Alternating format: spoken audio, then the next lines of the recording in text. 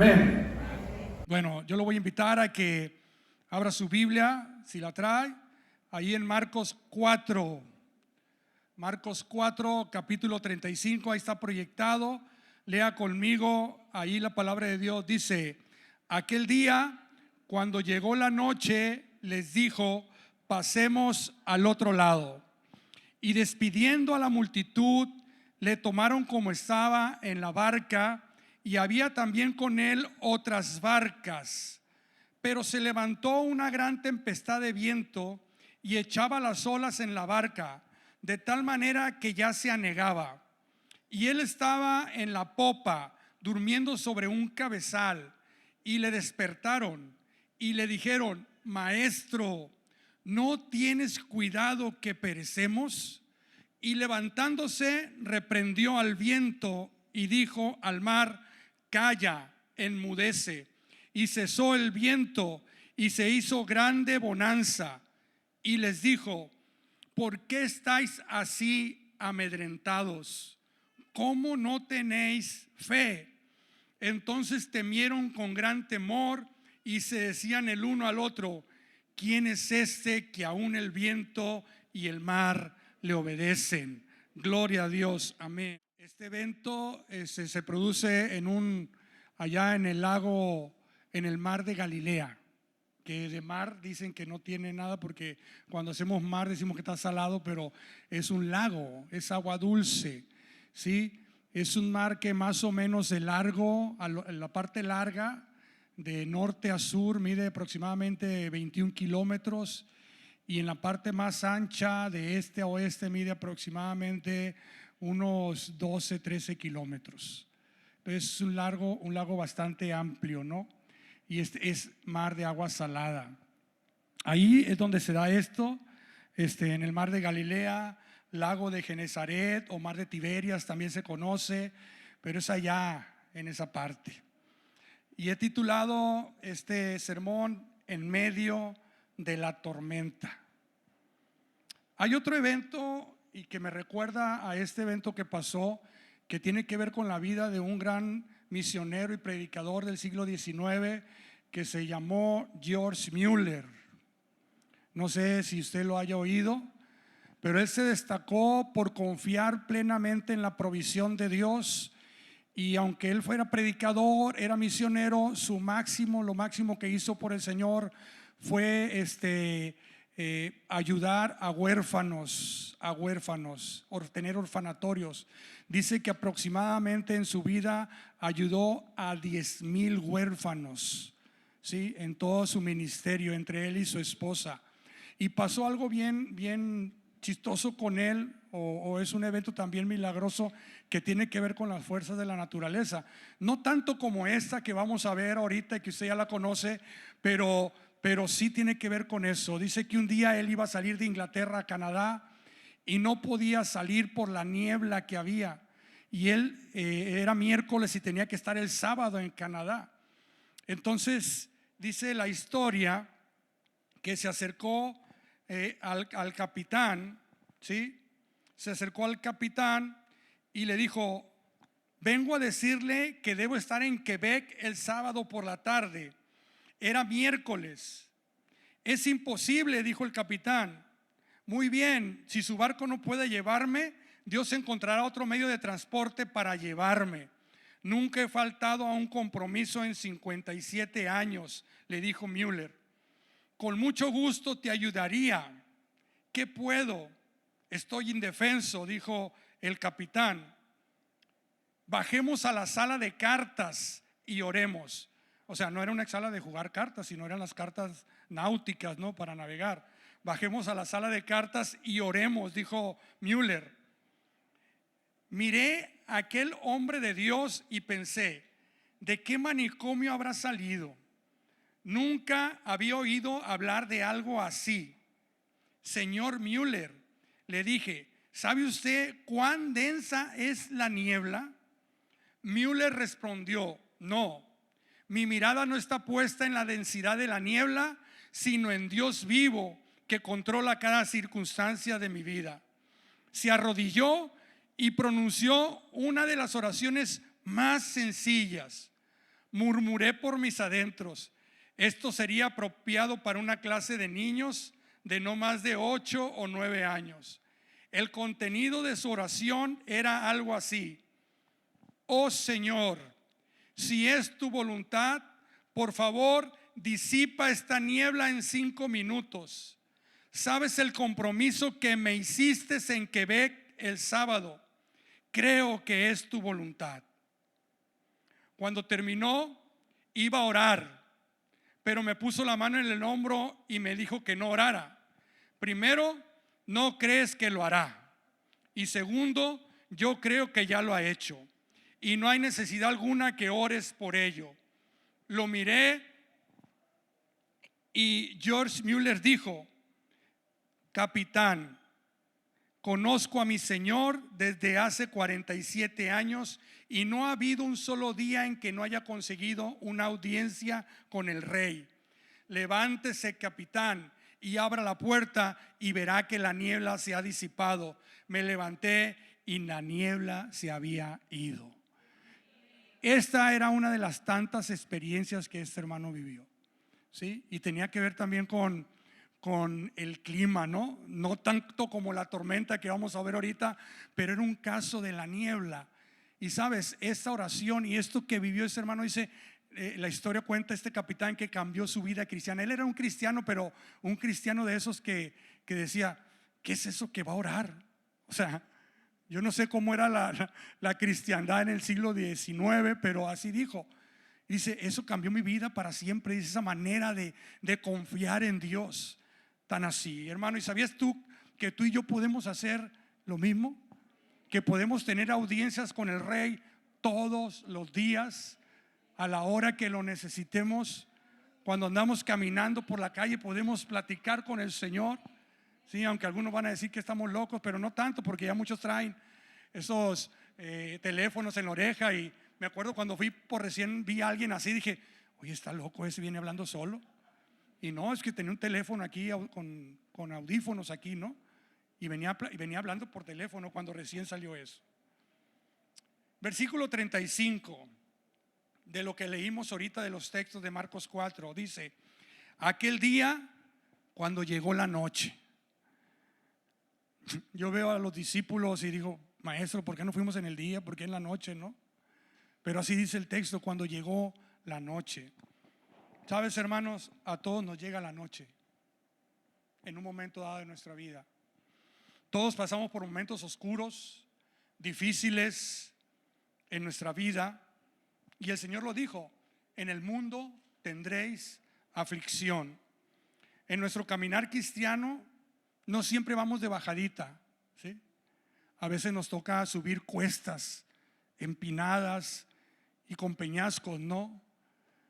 Aunque no quiere decir que a veces la bajada sea buena, pero yo me voy, cuando voy caminando por el Botánico, hay una parte que está de bajadita y a gusto, ¿no? Pero cuando agarro la que está de subida, ay, está más pesada. No siempre vamos a caminar rodeados de pastos hermosos, como cuando fuimos a Durango, ¿no? Que pasamos por la sierra y se veían los campos así verdes y con las cabañitas así como Heidi, ¿no? Bien bonito. A veces nos toca pasar por desiertos con el fuego abrasador, ¿ok? Así es la vida del cristiano. Pero no importa por dónde estemos pasando, hermanos, ya sea montes, sean valles, sean pastos, sean desiertos, ¿sí? El Señor es digno de ser alabado en todo tiempo y en toda situación. A Él sea la honra y la gloria. Bendito sea su nombre. Pero se fueron de noche, así lo dijo el Señor, y les dijo: pasemos al otro lado. Jesús les dio una orden: pasemos al otro lado. Hermano, tenemos que pasar al otro lado en nuestra vida. Tenemos que llegar hasta el final. El Señor y no solamente llegar como sea, sino pasar al otro lado de nuestra vida cumpliendo sus mandatos, no siendo oidores olvidadizos, sino hacedores de ¿qué? De su palabra. Vamos caminando tratando y echándole ganas en las cosas de Dios. Hay trabajo que hacer por el Señor. Ellos tenían una dirección. Cada uno tiene dirección en su vida de lo que hay que hacer en la obra de Dios. Yo estoy seguro de eso porque cada uno, Dios nos llamó con un propósito, ¿sí? Y el Señor quiere que cumplamos ese propósito, ¿sí? Jesús les había dicho: pasemos al otro lado. Todos hemos sido llamados con un propósito, como lo dije hace un momento, y llevando una vida honorable, honrosa, cumpliendo los mandamientos de Dios en nuestra vida, obedeciéndole y siendo buenos cristianos. Dijo en Mateo 24:13, dijo el Señor: mas el que persevere hasta el fin, este será salvo. ¿Sí? La vida del cristiano no es una carrera de 100 metros, es un maratón de 40 kilómetros aproximadamente. Eso es lo que hace un maratón, ¿no? No es el que corra más rápido, el que haga, es el que aguante hasta el final, ¿sí? Bendito sea el Señor. Versículo 36 dice su palabra: y despidiendo la multitud, le tomaron como estaba en la barca, y había también con él otras barcas. Esto que estamos leyendo también viene en el Evangelio de Mateo, en el Evangelio de Lucas, pero eso que dice lo dice exclusivamente Marcos, que había con él otras barcas, ¿ok? O sea que el Señor no estaba solo. Y en otras versiones, porque tú puedes leerlo así como está en esta versión Reina Valera 60, dice: y había también con él otras barcas. Pues dices tú, el Señor estaba predicando en una barca cuando pasó esto, ¿sí? Y había otras barcas ahí, pues ahí estaban las otras barcas. Pero en otras versiones dice que las barcas fueron con él. O sea que no solamente el Señor se subió con sus apóstoles y se fueron hacia el otro lado, sino que iban otras barcas con él. ¿Ok? La diferencia de la barca de los discípulos a las otras barcas, pues es que Jesús iba con ellos. ¿Hace o no hace la diferencia, hermanos? Bendito sea el Señor.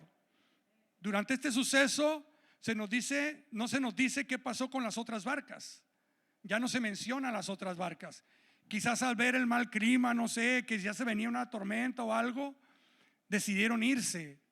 No sé, ya no se menciona. Pero eso también pasa en la vida, hermanos. Los que hemos creído, tenemos a Dios en nuestra vida. Amén. Leíamos ahora que somos templo del Espíritu Santo. Y están otros, pues, que no lo tienen a Él. Otras barcas que no llevan a Jesús con ellos y viven sus vidas a su manera, como ellos entienden, ¿sí? Sin la dirección de Dios. De hecho, yo siempre he dicho que hay un canto, no sé si alguien se vaya a sentir, un canto tan, ¿cómo lo puedo decir? El más anticristiano o el más diabólico que existe, ¿sí? Que es a mi manera.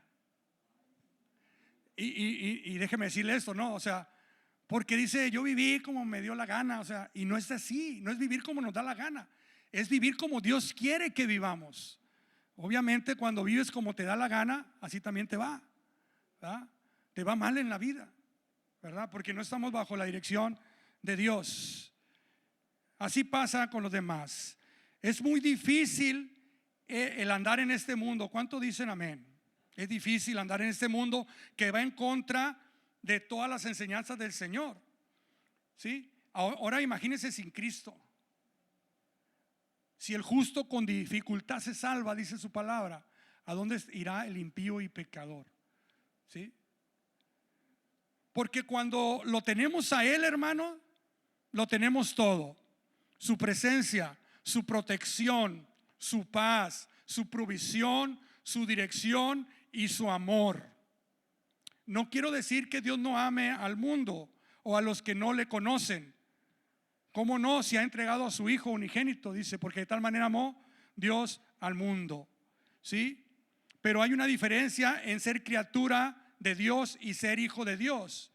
Es el creer en Él. Esta es la diferencia. Los que nos convierten en sus hijos. Dice Juan 1:12: mas a todos los que le recibieron, a los que creen en su nombre, les dio potestad de ser hechos hijos de Dios. Dios muestra también un amor benevolente con los que no le conocen. Les da ya la lluvia, el sol, les da un sistema para poder salir adelante, ¿ok? Es un amor benevolente, ¿sí? Un amor benevolente.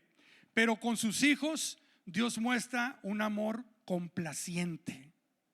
Dios se complace con sus hijos. Primera de Samuel 2:30 dice así: por tanto, Jehová, el Dios de Israel, dice: yo había dicho que tu casa y la casa de tu padre andarían delante de mí perpetuamente. Mas ahora ha dicho Jehová: nunca yo tal haga, porque yo honraré a los que me honran, y los que me desprecian serán tenidos en poco. Dios honra a los que le honran, dice su palabra. Dios honra a los que le honran. Quiero compartir con ustedes, no sé si ya lo escuchó por parte de mi esposa, pero un testimonio de nuestro hijo. Cuando él tenía 2 años de edad, él le pegó un virus que se llama, aquí lo tengo anotado porque tiene un nombre muy raro, Epstein-Barr, ¿sí? Y cómo notamos que el niño estaba mal, porque el niño no se aguantaba, como todos los niños, ¿sí? No cabía, andaba para arriba y para abajo. Pero él se empezó a sentir mal y empezó a no tener fuerzas, a sentirse desguanzado, le dio calentura, le salieron puntos rojos en la parte del cuerpo, de la espalda, y sobre todo tenía una mancha aquí, una mancha café aquí. Lo llevamos con el doctor, pues ya nos dijo que era ese virus, y para no hacérselas muy cansada, el niño pues no dormía con las calenturas. Y era un fin de semana, casi un fin de semana, y mi esposa había sido invitada a cantar a una congregación, me parece que fue en Los Mochis o en Guamúchil, un congreso de mujeres, y ella tenía ese compromiso ese fin de semana, y ella había quedado ya de ir, y el niño enfermo, y me dijo: ¿cómo la ves? ¿Voy o no voy? Le digo que no puedo ir porque el niño está enfermo, y le dije yo: no, tienes que ir, ¿sí? Y le dije: tú ya te comprometiste a ir, yo voy a cuidar al niño, no te preocupes. Ya lo habíamos llevado con el doctor y todo, nos dio las indicaciones, y pues el niño estaba tirado en la cama, hermanos, así quejándose, adormilado. Y pues ella se fue a cantar, a hacer lo que Dios había puesto en su corazón de estar ahí en esa congregación.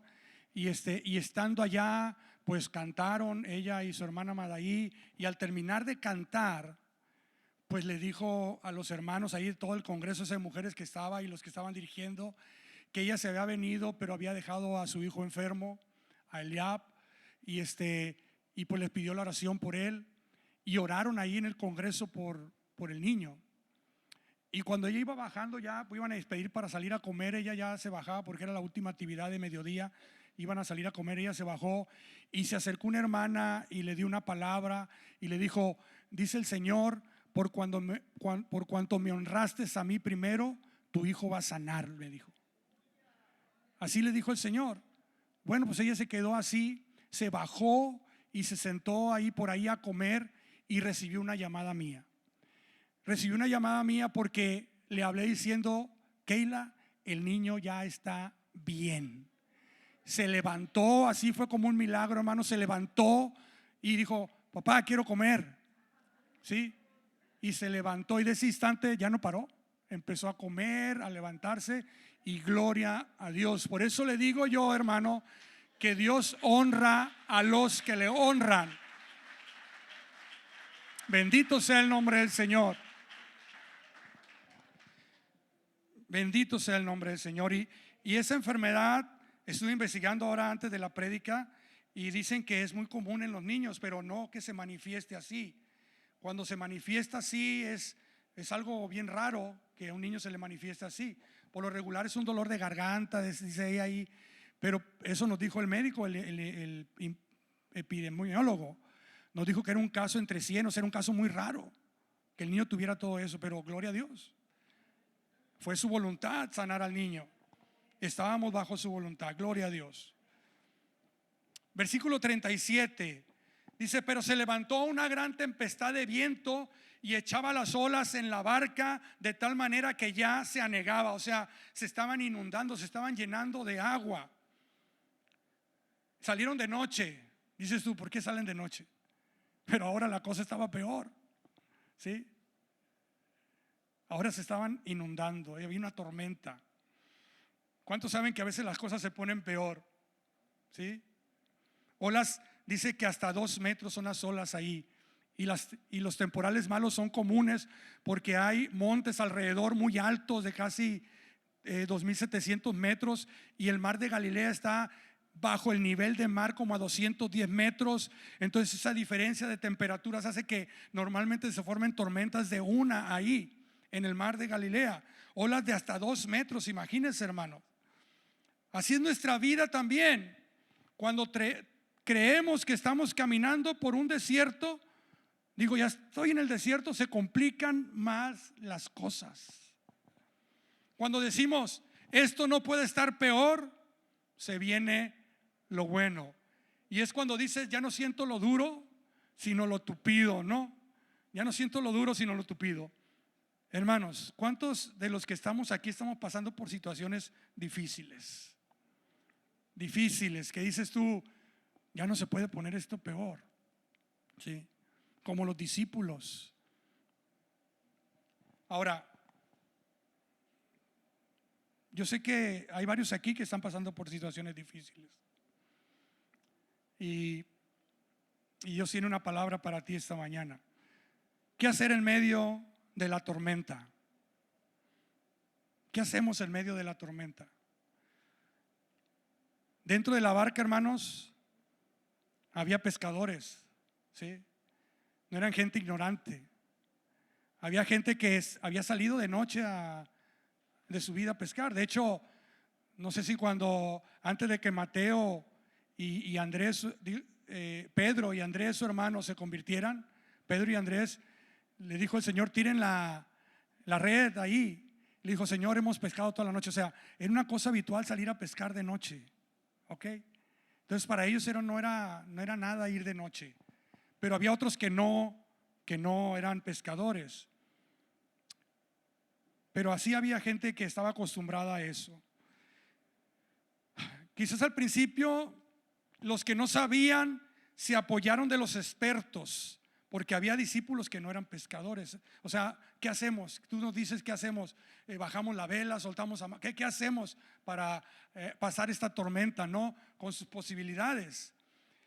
Esto está bien, hermanos, cuando pedimos ayuda a otros. Gálatas 6:2, en la traducción lenguaje actual, dice: cuando tengan dificultades, ayúdense unos a otros. Esa es la manera de obedecer la ley de Cristo. Ayudémonos unos a otros. Por eso es importante las células, la congregación, ¿sí? Es importante también poder comunicarnos con los demás y poder decirles, ¿sabes qué? Estoy pasando por esta necesidad, por este problema. Ora conmigo, ¿sí? Ora conmigo. Es importante, está bien, ¿ok? Pedir ayuda. Para eso está la iglesia.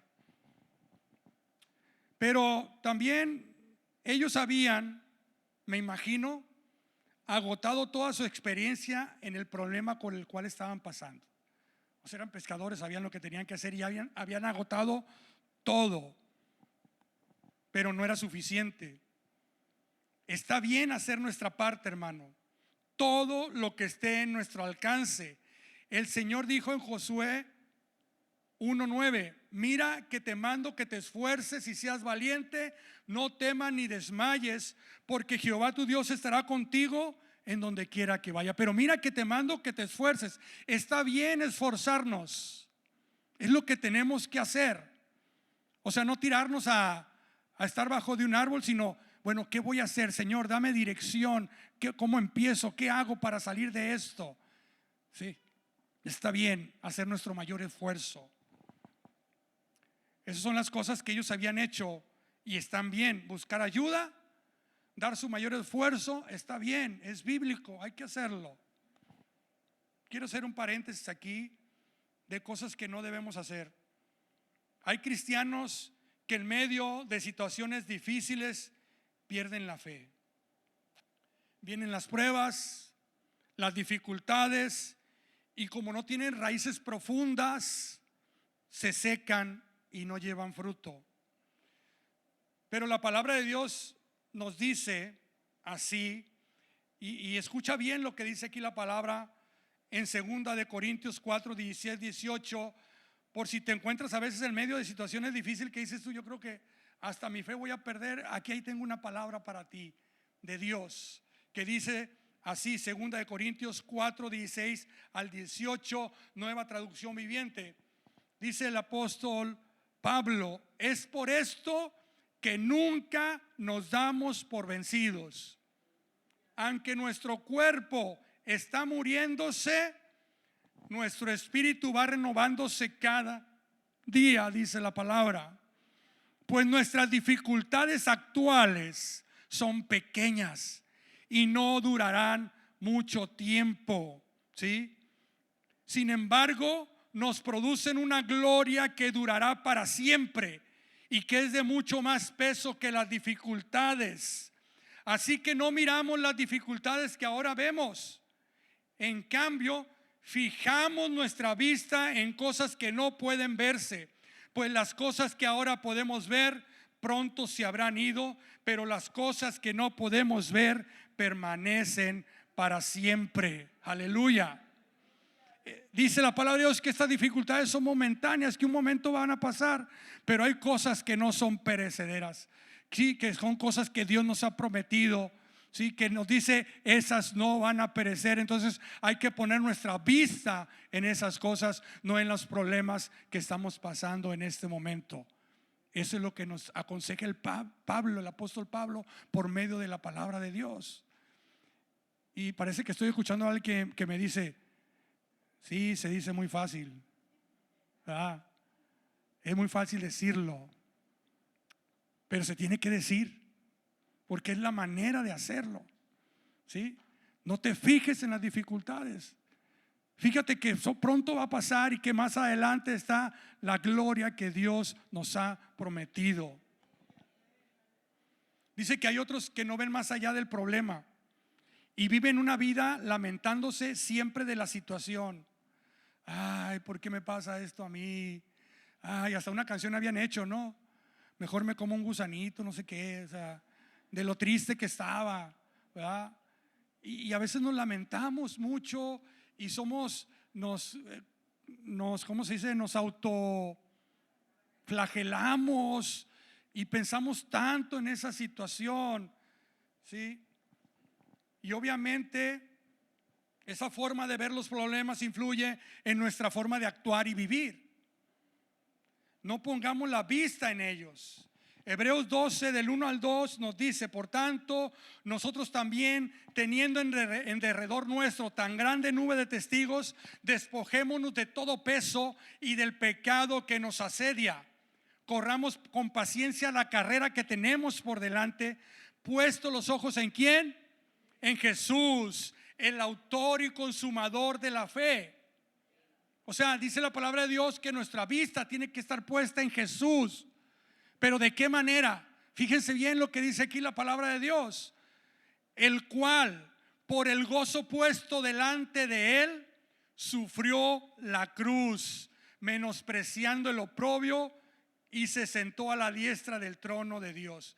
¿Sabe qué hizo el Señor para pasar esa cruz, ese tormento y menospreciar lo que estaban haciendo en contra de él? Puso lo que iba a alcanzar. Esto no va a ser en vano. Voy a salvar a muchos a través de mi sacrificio. Lo que estoy haciendo ahorita no lo veo, veo lo que está delante, que es la salvación tan grande que le voy a dar a mucha gente, a todo aquel que cree en mí. Y tú y yo estamos ahí en medio de ese gozo. El Señor nos veía, te veía a ti, me veía a mí, decía: por Andrés, por Ramón, ¿sí? Por Philly, por Keila, por María, y veía nuestra vida gozosa. Aleluya, gloria a Dios. Así nosotros también, hermanos, veamos lo que está más adelante. No nos clavemos en el problema, ¿sí? Veamos lo que Dios quiere hacer con nosotros. Bendito sea su nombre. Versículo 38 de Marcos 4. Y él estaba en la popa durmiendo sobre un cabezal, y le despertaron y le dijeron: Maestro, ¿no tienes cuidado que perecemos? Ya cuando hubo agotado todo lo que tenían que hacer, se instruyeron unos a otros, de los que sabían a los que no sabían. Cuando ya hicieron todo lo posible, ahora sí empezaron a hacer lo que yo creo tenían que hacer desde un principio. Lo más importante, ¿sí? Lo principal o lo más importante que tenemos que hacer en medio de la tormenta es, número uno, clamar a Dios. Clamar al Todopoderoso. Él estaba dormido y los discípulos estaban batallando. A veces, hermanos, es lo que hacemos con Jesús. Lo tenemos dormido, por decir así. Lo tenemos a un lado, porque a lo mejor pensamos: no se vaya a molestar, ¿sí? No sé si todavía hay gente aquí que piensa así, pero en el mundo hay gente que piensa así. No, es que está muy ocupado, por eso no le rezo a él, por eso le rezo a un santo. Así dicen, ¿sí? ¿Usted cree que Dios está ocupado? Si es todopoderoso, si es omnisciente, si es omnipresente. Pero a veces en nuestra vida nos comportamos así. Lo último que hacemos es acudir a Dios. Se lo digo porque a veces me ha pasado a mí. Primero trato de hacer yo, siendo que lo primero que tenemos que hacer: Señor, ayúdame a resolver esto. Clamar a Dios en las situaciones, ¿no? Dice Santiago 4:2, la última parte, en la traducción lenguaje actual, dice: ustedes no tienen porque no se lo piden a Dios. ¿Por qué no tenemos? Porque no pedimos. Y eso es algo básico, en serio. Y lo dice la palabra de Dios. Y cuando piden mal. Pero primero no piden, primero no pedimos. Y es bíblico. Jesús estaba confiado en el Padre Celestial, dormidito, ¿sí? Él confiado, sin hacer nada. ¿Sería acaso que el Señor no estaba haciendo nada? Sí, sí estaba haciendo, enseñando a sus discípulos a confiar en Dios. Estaba probando su fe.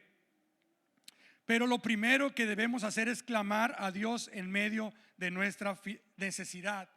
Filipenses 4, de 6 a 7, en la traducción lenguaje actual, dice así: no se preocupen por nada, más bien oren y pídanle a Dios todo lo que necesiten y sean agradecidos, ¿sí? Así Dios les dará su paz, esa paz que la gente de este mundo no alcanza a comprender, pero que protege el corazón y el entendimiento de los que ya son de Cristo. Gloria a Dios. ¿Qué dice aquí? Que no nos afanemos, oremos con toda oración y ruego y súplica en el Espíritu, dice, y todo lo que necesiten pídanselo a Dios. Pero dice otra palabra, la otra palabrita: sean agradecidos, ¿sí? Siéntanse bien con lo que tienen, con lo que tenemos. Gracias, Señor, por esto que me has dado hasta aquí, ¿sí? Gracias, Señor, porque hasta aquí tú me has ayudado. Bendito por lo que tengo. No pensemos no tanto en lo que no tengo, sino en lo que tengo. Ya lo que no tengo, y si Dios quiere, Él lo va a añadir. Pero primeramente, dice su palabra, busquemos el reino de Dios y su justicia, y todas las demás cosas vendrán por añadidura. Amén. Amén. Pero clamemos a Dios, pidámosle a Dios. Entonces, primero, clamar a Dios. Número 2, confiar en Dios. Porque oramos a veces y ponemos nuestras peticiones delante de Dios, pero estamos todavía alterados, ¿no? Como que no confiamos. Falta confiar en Dios. Ellos clamaron a Dios, lo despertaron, pero también confiaron. Le dejaron el problema a Él.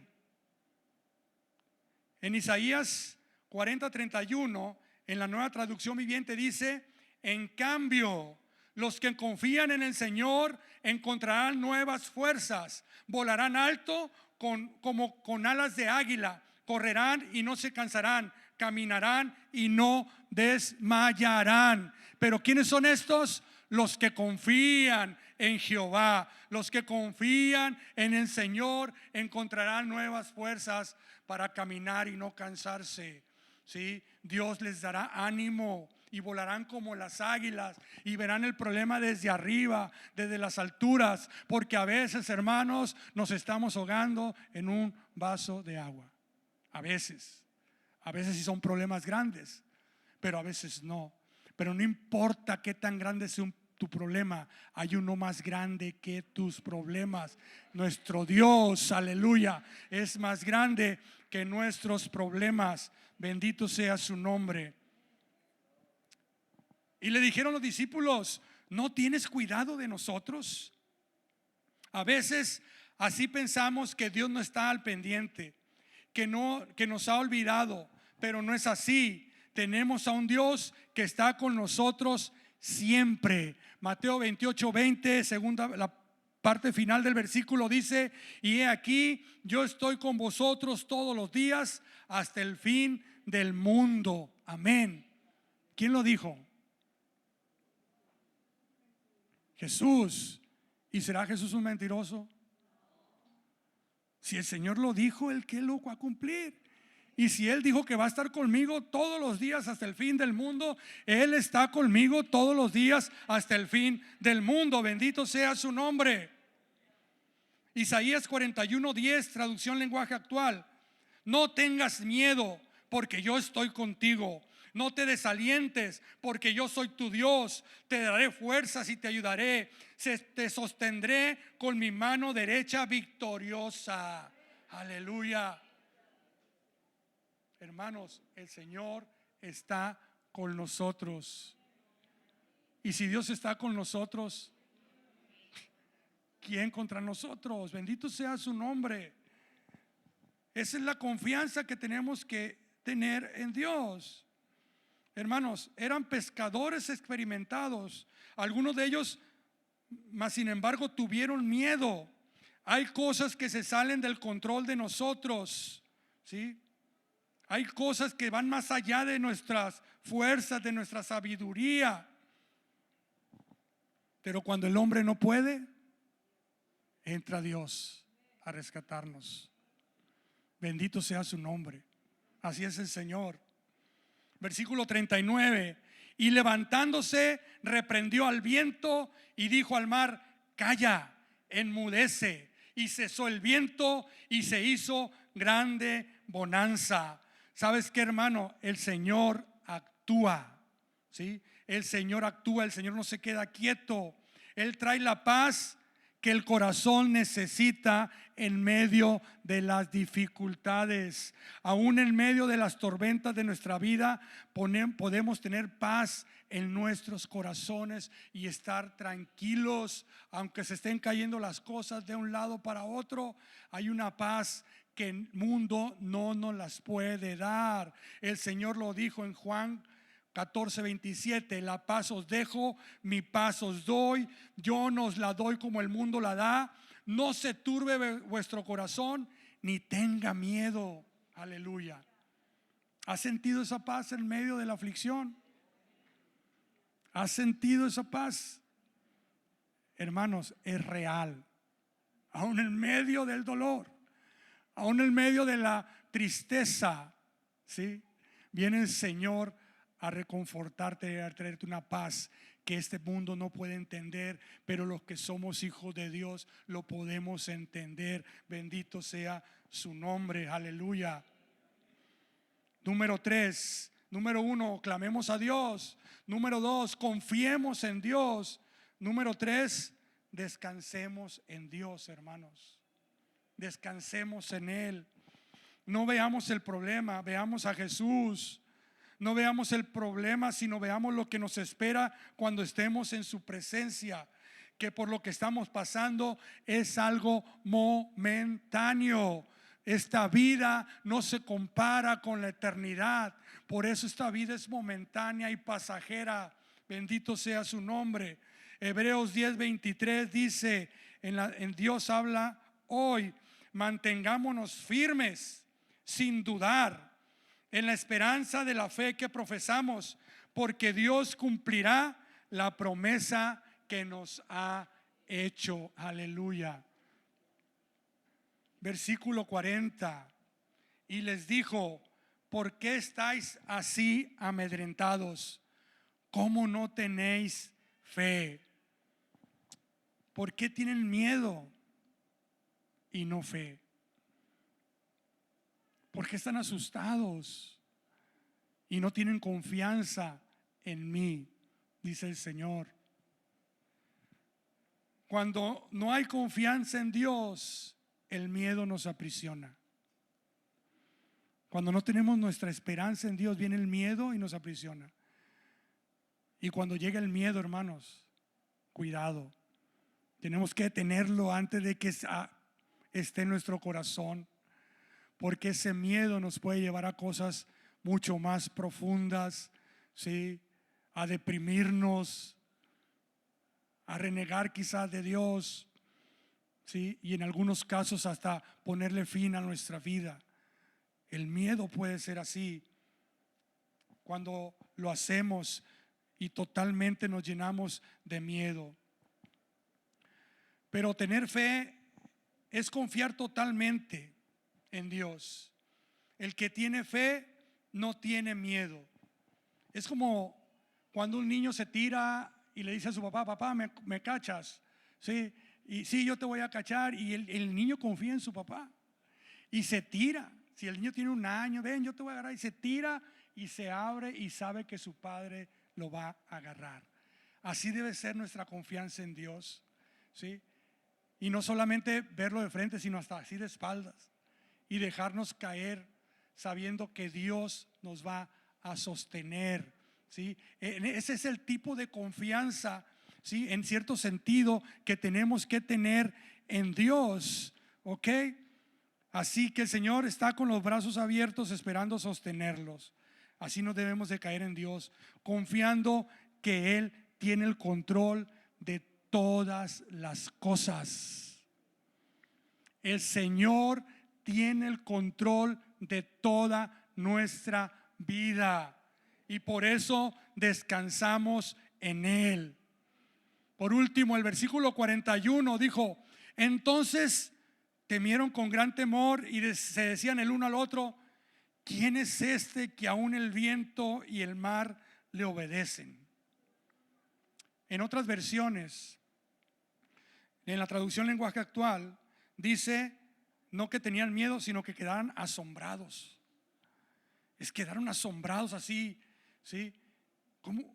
O sea, ¿quién es este que el viento y el mar le obedecen? ¿Quién es este?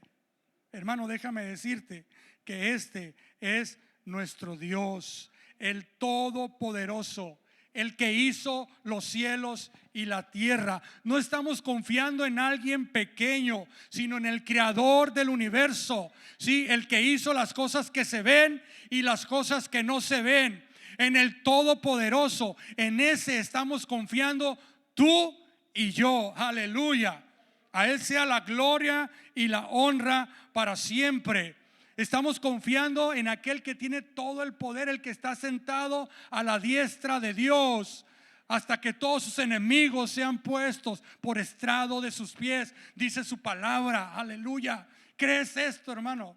Si tú crees esto, jamás vas a tener temor ni miedo. Aleluya. Porque sabes quién va contigo y quién es el que te ayuda y te hace salir adelante. Gloria a Dios. Quiero que te pongas de pie esta mañana y quiero que leamos el Salmo 121. Léelo con todo tu corazón. El Salmo 121. ¿Qué dice? la palabra de Dios. Alzaré mis ojos a los montes. ¿De dónde vendrá mi socorro? Mi socorro viene de Jehová, que hizo los cielos y la tierra. No dará tu pie al resbaladero, ni se dormirá el que te guarda. He aquí, no se adormecerá, ni dormirá el que guarda a Israel. Jehová es tu guardador, Jehová es tu sombra a tu mano derecha. El sol no te fatigará de día, ni la luna de noche. Jehová te guardará de todo mal. Él guardará tu alma. Jehová guardará tu salida y tu entrada desde ahora y para siempre. Aleluya, gloria a Dios. ¿De dónde viene nuestra ayuda? Del Señor, el que hizo los cielos y la tierra. Bendito sea el nombre del Señor. Dice: el sol no te fatigará de día, ni la luna de noche. ¿Sabe que eso lo entendían bien los apóstoles? Porque aunque estaban pasando a veces situaciones difíciles, como Pablo y Silas en la cárcel, ¿sí? Después de haber sido azotados y estando amarrados en el cepo, ellos cantaban a Dios alabanzas y daban la gloria a Dios. Ese sol no me fatiga. Aleluya. Esa luna tampoco. No importa alrededor. Lo que importa es que tenemos a nuestro acceso la fuente de vida, la fuente que trae paz, que trae consuelo, que da fuerzas al caído. Aleluya. Ese es nuestro Dios. Aún en medio de dificultades, aún en medio de procesos difíciles, viene el Señor a traer paz a nuestro corazón. Oh, aleluya. Yo no sé cuántos estén pasando por problemas difíciles, por problemas que dices tú: ya no puedo más. A lo mejor estás pasando por problemas difíciles y estás confiando en Dios y estás seguro en Él, sí. Pero quizás alguien aquí que diga: ya no aguanto. Es algo difícil. Déjame decirte que Dios está aquí y quiere darte nuevas fuerzas. Que vueles como el águila, que puedas ir arriba y ver tu problema y decir: por eso estaba tan angustiado. Si se ve chiquito, pero es que el Señor vino y te levantó. Aleluya.